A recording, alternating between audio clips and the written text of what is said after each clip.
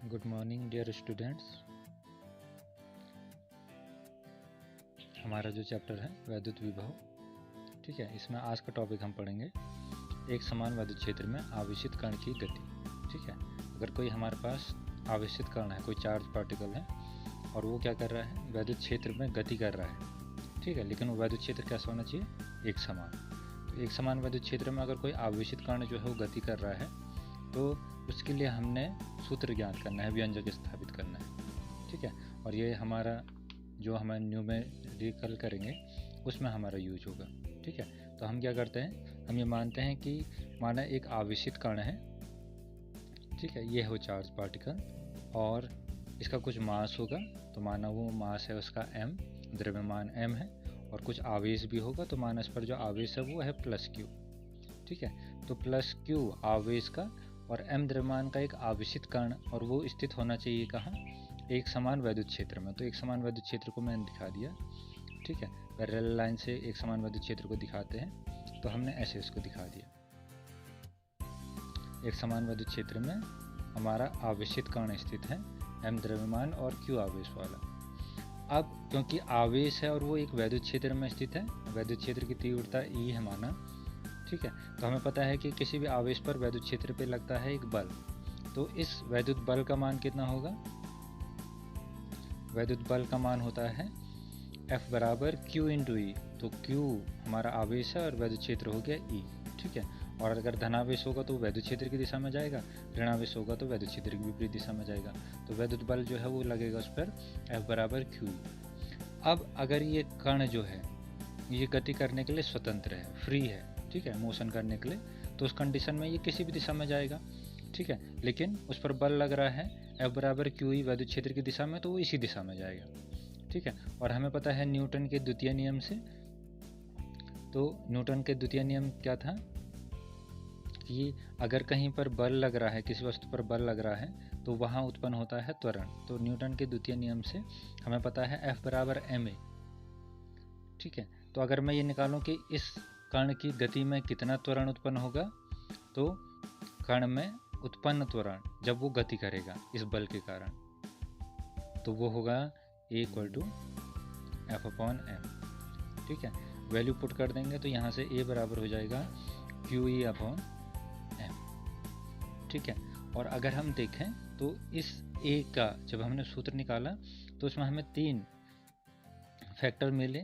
पहला है Q charge, और वो चार्ज जो है हम देखें तो वो है पार्टिकल का चार्ज, और वो की कांस्टेंट होता है। E क्या है, इलेक्ट्रिक फील्ड, वो भी कांस्टेंट है। ठीक है, और M क्या है, मास ऑफ पार्टिकल, ठीक है, द्रव्यमान, वो भी कांस्टेंट है। इसका मतलब तीनों ही चीज़ें कांस्टेंट हैं, और अगर तीनों ही चीज़ें कांस्टेंट होती हैं तो इसका मतलब जो हमारा A होता है वो क्या होता है, नियतांक। कहने का मतलब कि जिस त्वरण से वो वैद्युत क्षेत्र में गति कर रहा होगा, तो पूरी गति के दौरान जो उसका त्वरण होगा वो फिक्स होगा। ठीक है, तो सूत्र क्यू ई अपॉन एम, लेकिन इसकी जो वैल्यू होगी वो क्या होगी, वो फिक्स होगी। ठीक है, अब आगे अगर हम ये माने कि माना प्रारंभ में जो कण है वो विरामावस्था में है। ठीक है, प्रारंभ में कण जो है वो क्या है, विरामावस्था में, विरामावस्था में है। ठीक है, और जब वो विरामावस्था में होता है तो प्रारंभिक वेग ले लेंगे उसका 0। ठीक है, और s दूरी चलने के पश्चात, ठीक है, माना यहाँ से वो चला है और s दूरी चलने के पश्चात उसका वेग जो है वो हो गया है, यहाँ से चला हो और यहाँ पर उसका वेग v हो गया है, यहाँ पर उसका वेग u था। ठीक है, और ये जो दूरी चली उसने ये s है माना। ठीक है, तो उस कंडीशन में क्या होगा, उस कंडीशन में अगर मैं गति का तृतीय समीकरण लगाऊं तो गति के तृतीय समीकरण से, ठीक है, प्रारंभिक वेग u बराबर 0 था और s दूरी चलने के पश्चात उसका वेग u से यानी 0 से v हो गया, तो तब गति के तृतीय समीकरण से, तो तृतीय समीकरण होता है v स्क्वायर बराबर u स्क्वायर प्लस 2as। ठीक है, तो यहाँ वैल्यू रख लेंगे तो v square equal to u square हो गया 0 प्लस 2, a की वैल्यू यहाँ से रख लेता हूँ, तो ये हो जाएगा हमारा क्यू ई अपॉन एम और इंटू एस।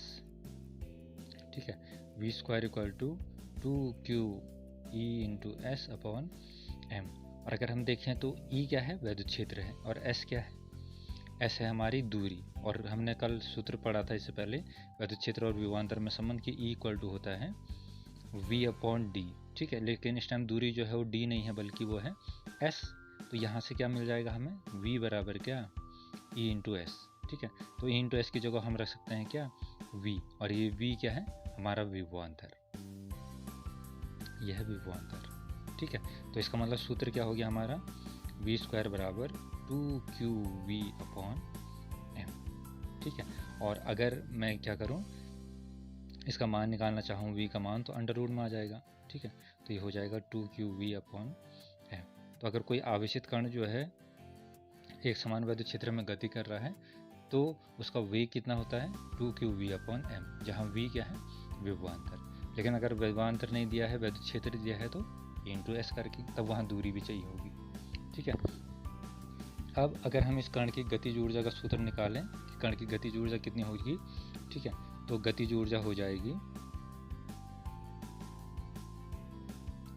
ई के इक्वल टू होता है हाफ एम वी स्क्वायर, ठीक है। तो यहाँ से ई के का मान हो जाएगा हाफ एम, उसका जो मास था वो रख लेंगे, और वी स्क्वायर की वैल्यू जो है वो यहाँ से रख देंगे 2qv अपॉन एम, ठीक है। तो यह हो जाएगा हमारा 2qv अपॉन एम, ठीक है। और m से m कैंसिल, 2 से 2 कैंसिल, तो ई के का जो मान है वो आ जाता है q इंटू वी। तो अगर हमें किसी आवेशित कण की गतिज ऊर्जा निकालनी है जिसे हमने v वोल्ट से त्वरित किया है, विभवांतर से त्वरित किया है, तो उसका सूत्र होता है E बराबर q इंटू वी, ठीक है। तो ये सूत्र हमें मिल गया गतिज ऊर्जा का, ठीक है। और अगर v जो है वो है किस में, ये है हमारे वोल्ट में, ठीक है, और q है किस में, कूलाम में। तो जो गतिज ऊर्जा होती है वो होती है किस में, ये होती है हमारे जूल में, ठीक है। अगर v वोल्ट में है, सी q कूलाम में है, तो गतिज ऊर्जा जो होगी वो विभवांतर में होगी, ठीक है। तो इसका मतलब अगर हम किसी आवेश को, एक कूलाम के आवेश को 1 वोल्ट से विभवांतर से त्वरित करें तो उसकी गतिज ऊर्जा कितनी होगी, 1 जूल, ठीक है। तो ये मिल गया हमें पहला सूत्र, ठीक है। दूसरा, इसमें परिभाषा आती है एक इलेक्ट्रॉन वोल्ट की, ठीक है। एक इलेक्ट्रॉन वोल्ट जो गतिज ऊर्जा है वो किसकी होगी, ठीक है। तो वही कि अगर हमारे पास कोई Q बराबर क्या हो, 1 हो, ठीक है, और V बराबर हो 1 वोल्ट, ठीक है। तो उस कंडीशन में क्या होगा, उस कंडीशन में हमारी जो ऊर्जा होगी वो होगी E बराबर 1 इंटू 1 यानी 1 जूल। लेकिन हमने परिभाषा बनानी है 1 इलेक्ट्रॉन वोल्ट की। तो इलेक्ट्रॉन वोल्ट कब होगा, तो अगर हमारे पास जो Q है वो E के बराबर है, और E क्या होता है, इलेक्ट्रॉन पे आवेश 1.6 इंटू 10⁻⁻19 कूलम, ठीक है।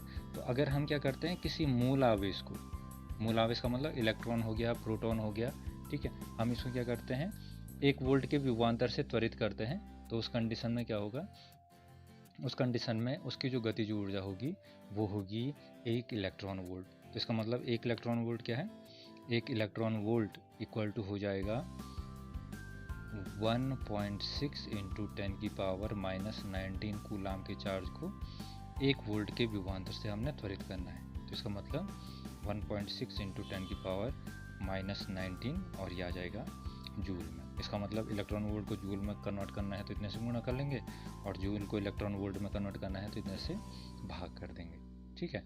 और जैसे हमें पता है कि क्या हीलियम जो अल्फा कण है, अल्फा कण पर जो आवेश होता है वो इलेक्ट्रॉन का दूना होता है, 2e। तो इसका मतलब अगर मैं उसको 1 वोल्ट विभवांतर से त्वरित करूं तो उसकी गतिज ऊर्जा कितनी होगी, उसकी गतिज ऊर्जा होगी 2 इंटू 1, इसका मतलब 2ev, ठीक है, 2 इलेक्ट्रॉन वोल्ट। तो उसकी अल्फा कण की गतिज ऊर्जा होती है 2 इलेक्ट्रॉन वोल्ट, ठीक है। तो आज हमने पढ़ा एक समान विद्युत क्षेत्र में आवेशित कण की गति। तो ये चीज़ हमें पता चली कि उसका जो त्वरण होता है वो QE अपॉन m के बराबर होता है, लेकिन वो कांस्टेंट होता है। वेग उसका होता है 2qv अपॉन m, जहाँ v जो है ये विभवांतर है और ये वेग है, ठीक है। गतिज ऊर्जा जो है वो हो जाती है E के बराबर QV, ठीक है। और अगर V वोल्ट में है, Q कूलाम में है, तो E का मान जूल में होगा। और एक इलेक्ट्रॉन वोल्ट की परिभाषा भी हम निकाल सकते हैं कि अगर कोई मूल आवेश का कण 1 वोल्ट के विभवांतर से त्वरित होता है तो उसकी जो गतिज ऊर्जा होती है वो 1 इलेक्ट्रॉन वोल्ट होती है, ठीक है। ये परिभाषा इंपॉर्टेंट है। और यहाँ से अल्फा कण के लिए हम जो वैल्यू है वो निकाल सकते हैं, तो वो आ जाएगी 2 इलेक्ट्रॉन वोल्ट इसकी गतिज ऊर्जा। और यहाँ से हमें पता चला कि 1 इलेक्ट्रॉन वोल्ट इक्वल टू 1.6 × 10⁻⁻19 कुल जूल। तो इसका मतलब जूल को इलेक्ट्रॉन वोल्ट में कन्वर्ट करने के लिए भाग कर लेंगे और इलेक्ट्रॉन वोल्ट को जूल में कन्वर्ट करने के लिए गुणा कर देंगे, ठीक है। तो आज के लिए इतना ही। Thank you.